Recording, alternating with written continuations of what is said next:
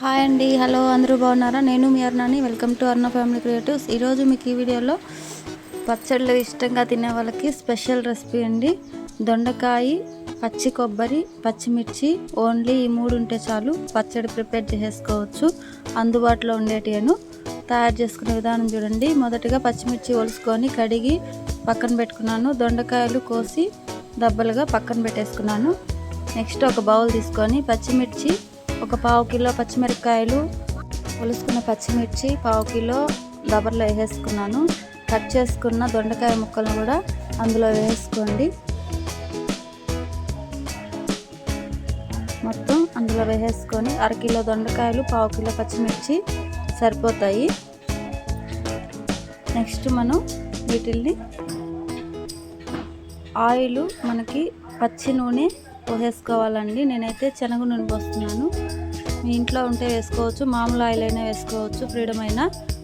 ఎక్కువ ఆయిల్ ఒక 100 grams పోయినే 150 grams మీద పడుతుంది. పోసుకొని పక్కన పెట్టుకొని స్టవ్ మీద పెట్టేసుకున్నాము. ఇప్పుడు ఈ మధ్యలో పచ్చి కొబ్బరి ఉంది కదా, అందులో నుంచి చిప్పల్లో నుంచి తీసేసుకొని సన్నగా కట్ చేసుకున్నాము.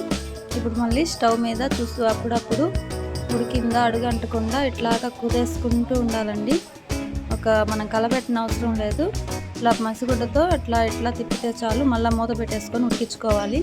అదంతా బాగా ఉడికేంత వరకు అదేవిధంగా మధ్య మధ్యలో చూసుకుంటూ అట్లాగా ఎగరేస్తూ చూడండి. ఈ విధంగా నేను ఎలా అంటున్నానో ఆ విధంగాని మళ్ళీ ఉడికించుకోవాలి. దబ్బంతా మెత్తగా ఉడికేంత వరకు ఉడికించుకోవాలి. ఈ మధ్యలో చింతపండు కూడా తగినంత చింతపండు 50 గ్రామ్స్ అయితే సరిపోతుందండి. 50 గ్రామ్స్ పైన చింతపండు వేసేసుకోండి. 1/2 కిలో పచ్చిమిరపకాయలు, 1/2 కిలో దొండకాయలు, ఒక 50 గ్రాముల చింతపండు, తగినంత ఉప్పు కూడా అందులో వేసుకుంటే కొంచెం చింతపండు కూడా వాటర్ కొంచెం ఊరుతుంది కాబట్టి ఉడికిపోతుంది బాగా. ఇప్పుడు ఈ చింతపండు అన్నీ బాగా ఉడికిచ్చేసుకోవాలి. ఆల్మోస్ట్ దొండకాయలు ఉడికిపోయాయి కదా, ఈ కూర కూడా ఉడికిపోతుంది. ఇలాగే అనుకొని మళ్ళీ మూత పెట్టేసుకున్నాము. ఈ లోపల కొబ్బరి సన్నగా కట్ చేసి పెట్టేసుకున్నాం కదా, ఈ కొబ్బరిని మిక్సీ బౌల్లో వేసేసుకొని మెత్తగా మిక్సీ పట్టుకోవాలి. పచ్చి కొబ్బరి 2 చిప్పలు, 3 చిప్పలైనా వేసుకోవచ్చు. కొబ్బరి హెల్త్కి చాలా మంచిదండి. పచ్చి కొబ్బరి థైరాయిడ్కి కానీ అన్నిటికీ పచ్చి కొబ్బరి తినడం వల్ల మంచి ఆరోగ్యంగా ఉంటారు. ఇప్పుడు ఇది చూసుకోండి. అప్పుడప్పుడు మళ్ళీ ఇలాగే అనుకుంటూ దీంట్లో వాటర్ లేకుండా వేయించుకోవాలండి. మనం అందులో వాటర్ అనేది మనం ఉప్పు వేసినందువల్ల వాటర్ ఊరుతాయి. వాటర్ లేనంతగా చేసుకోవాలి.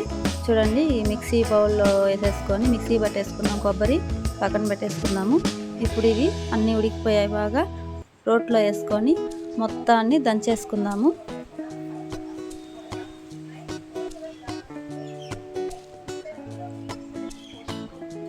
చింతపండు అన్నీ వేసేస్తున్నాం కాబట్టి ఉప్పు అన్నీ వేసేస్తున్నాం. మనం ఇంకేమీ ఇవ్వలేదు. దొండకాయలు, పచ్చిమిర్చి, చింతపండు మొత్తం వేసేసి దంచుకుందాము.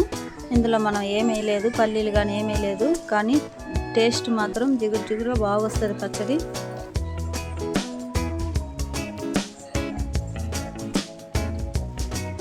ఇప్పుడు మనం ఇది మెరిగిన తర్వాత మనం దంచి పెట్టుకున్నాం కదా, మిక్సీ పెట్టుకున్నాం కదా పచ్చి కొబ్బరి, ఆ పచ్చి కొబ్బరి తురుము కూడా అందులో వేసుకుందాము.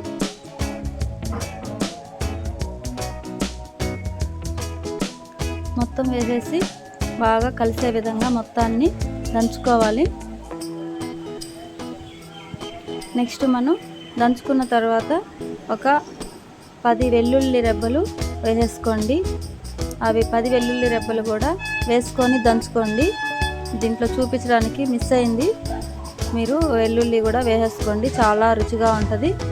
నెక్స్ట్ పెద్ద ఆనియన్ కూడా కట్ చేసుకొని అందులో వేసి దంచుకున్నాం. అంత పచ్చట్లో దంచాలంటే కష్టం కాబట్టి పచ్చడి తీసేసుకొని ఆనియన్ వేసి దంచుకుందాము. చూడండి, మెత్తగా రెడీ అయిపోయింది పచ్చడి.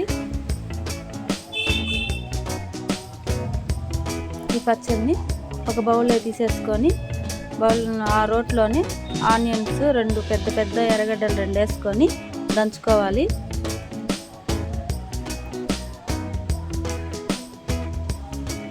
దంచి అందులో వేసేసుకొని కలిపేసుకోవడమేను. రెడీ అయిపోయింది. ఇప్పుడు తిరగమాత పెట్టేసుకుందాము. కొంచెం ఆవాలు,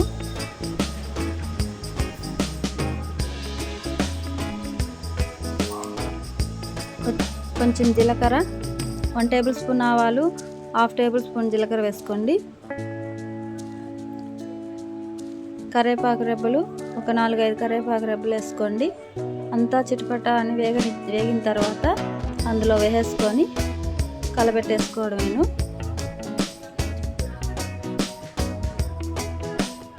చాలా ఈజీ అండి, ఎక్కువ ఇంగ్రీడియంట్స్ అవసరం లేదు, తక్కువ పదార్థాలతో ఎక్కువ రుచిగా తినొచ్చు. అందులోకి కోడిగుడ్డు ఆమ్లెట్ వేసుకొని తింటే చాలా రుచిగా ఉంటుంది. ఇప్పుడు మనం ఈ ఆనియన్ దంచి పెట్టుకున్నాం కదా, ఆనియన్ కూడా వేసి కలిపేసుకోవచ్చు. ముందైనా కలుపుకోవచ్చు, తిరగమాత వేసిన తర్వాత అయినా కలుపుకోవచ్చు. ఇప్పుడు రెడీ అయిపోయింది, బౌల్లో తీసేసుకోవడమే. వేడి వేడి అన్నంలో నెయ్యి ఉంటే నెయ్యి వేసుకొని తినచ్చు. నెయ్యి అవసరం లేదండి, దీంట్లో కారం ఏమి ఉండదు.